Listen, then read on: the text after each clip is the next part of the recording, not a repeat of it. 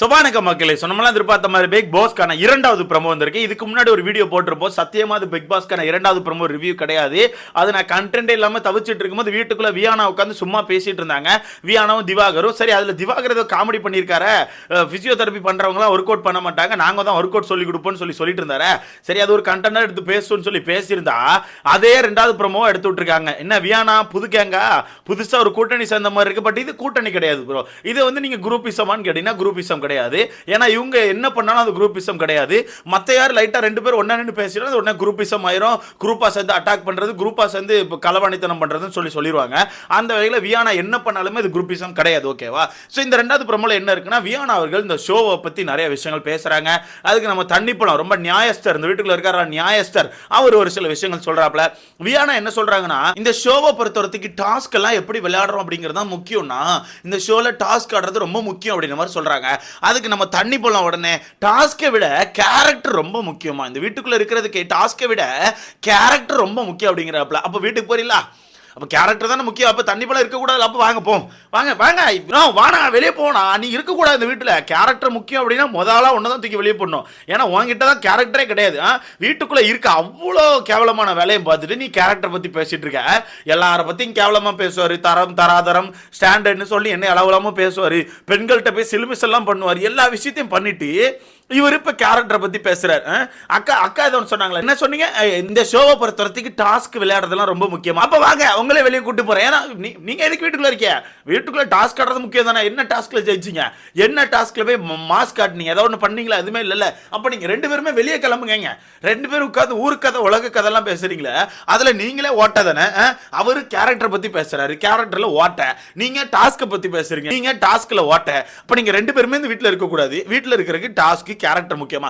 எப்பா இவனை கொஞ்சம் நிறுத்துங்களாப்பா, அந்த எஃப்ஜேய தைசை நிறுத்துப்பா, நீ தைசை நிறுத்து, சொன்னா கேளு. உட்கார்ந்து இவனை கடந்து வந்த பாதை சொல்ல சொன்னாங்களா, இவன் கக்கா போன கதையை சொல்ல சொன்னாங்களா? நான் ஒரு 2 மணி நேரமா பார்த்துட்டு இருக்கேன் ப்ரோ, 2 மணி நேரமா லைவ் பார்த்துட்டு இருக்கேன். முடியல.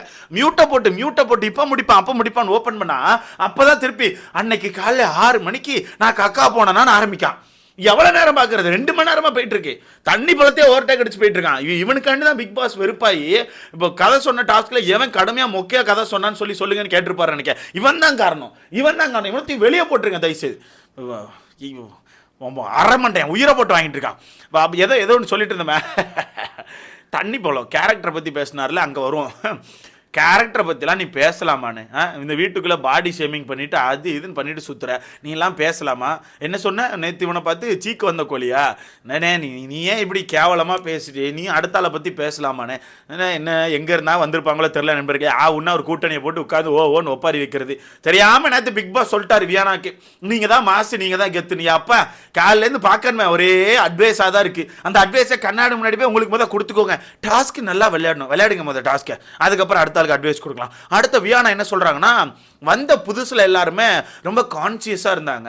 இப்படி பண்ணணும், அப்படி பண்ணணும், இந்த மாதிரி பண்ணணும்னு சொல்லிட்டு எதை எப்படி பண்ணணும்னு சொல்லிட்டு ரொம்ப கான்சியஸா இருந்தாங்க. பட் இப்போ யாருக்குமே கான்சியஸ் இல்லைன்னு சொல்றாங்க. கரெக்ட், இது ரொம்ப கரெக்ட். வந்த புதுசுல நான் கூட நினைச்சேன் விஜே பாரு அப்படிங்கிற நபர் வந்து ரொம்ப தெளிவா இருப்பாங்க. ஆனா கொஞ்ச நாட்கள் கழிச்ச பிறகு தானே தெரிஞ்சு அக்காவே கவர் போட்டு சாப்பிடறத பத்தி பேசிட்டு இருக்காங்கன்னு சொல்லிட்டு புரிஞ்சு. வியானா நீங்க சொல்றது எனக்கு ரொம்ப புரியுது. ஆனா வியானா கிட்ட நான் ஒன்னு கேட்கணும். எல்லாருமே கான்சியஸா இருந்திருக்காங்க, அதை பண்ணணும் இதை பண்ணணும் ஏதாச்சும் பண்ணணும்னு சொல்லி பண்ணிருக்காங்க. நீங்க என்ன பண்ணீங்க? மேல் வீட்டுல இருக்கு, கீழ் வீட்டுல இருக்கு, சைடு வீட்டுல இருக்கு, நம்ம வீட்டுல என்ன இருக்கு? ஒன்றும் இல்லை. எல்லார பத்தி அப்படியே பார்த்து அப்படியே வச்சுக்கிட்டு எங்கேயா போயிட்டு டப்புன்னு உடைச்சிட்டு இதானே இருக்கு. வேற என்ன இருக்கு? வேற என்ன பண்ணீங்க? இந்த வீட்டுக்குள்ள மாஸ் பண்ற மாதிரி தமாஸ் பண்ற மாதிரி ஏதோ ஒன்று பண்ணீங்களா? நோ. ஒரே நம்ம உயிரை போட்டு வாங்குறது கான்சியஸ் இல்லைன்னு சொல்லிட்டு பக்கத்தில் இருக்க ஆளுக்கு சொல்லுங்க. பக்கத்தில் திவாகரன் ஒருத்தர் உட்கார்ந்துருக்காரு, அவர்கிட்ட சொல்லுமா கான்சியஸ்னா என்ன? நீ அவருக்கு தான் இருக்க மாட்டேங்க. அவர் இப்போ நல்லா பேசிட்டு இருப்பாரு, நீ அவர்கிட்ட போயிட்டு உங்க ஆக்டிங்ல இதை மாத்திக்கோங்கன்னு சொல்லிப்பாரு தெரியும். வாங்க ஒரு நாள் அடி வாங்கினியா இல்லையா? ஒரு நாள் இதே வியானா தான் திவாகர் கிட்ட இப்படி நடிங்கண்ணே, நீங்க வெறுமனைக்கு இந்த ஒரே சீனை தான் பண்ணிட்டு இருக்கீங்க, ஆக்டிங்ல நிறைய விஷயத்த காமிங்க அப்படின்னு சொன்னதுக்கு தண்ணி பழம் போட்டு கும்முன்னு கும்மிருப்பாரு.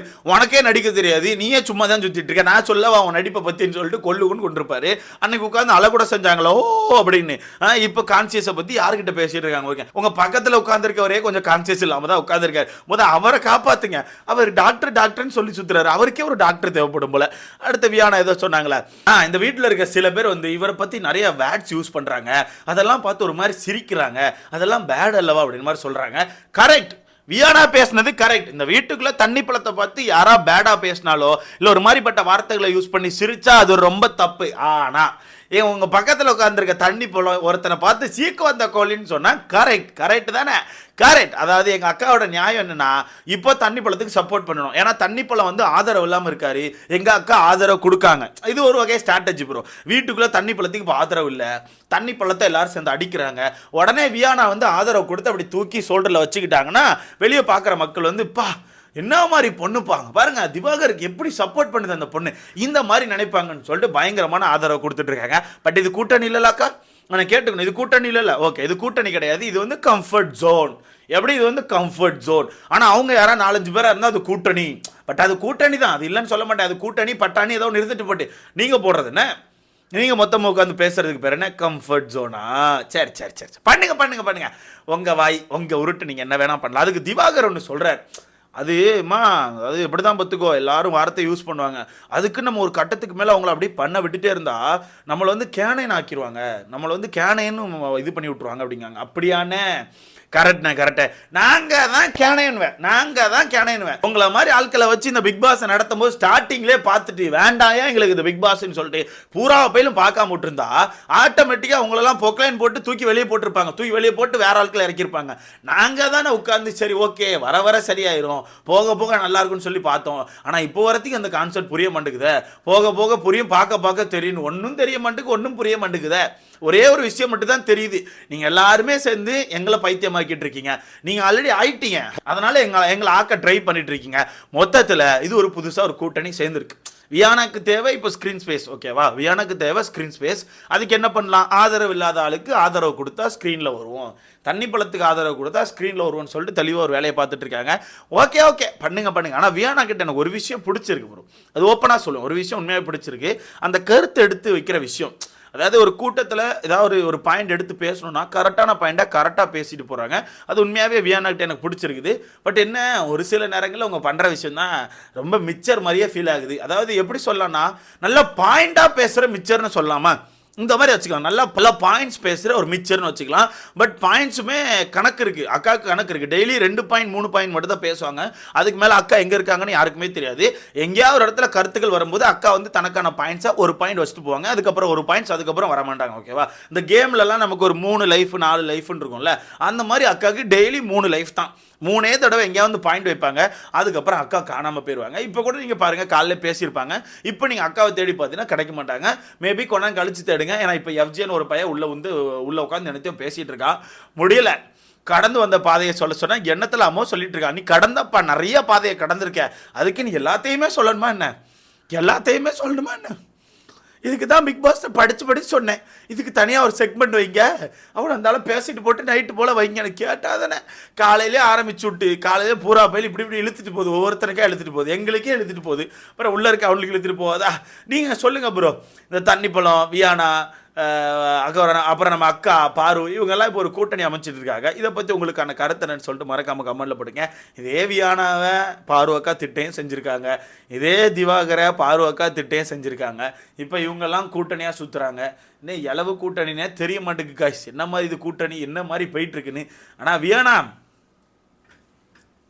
பாய்.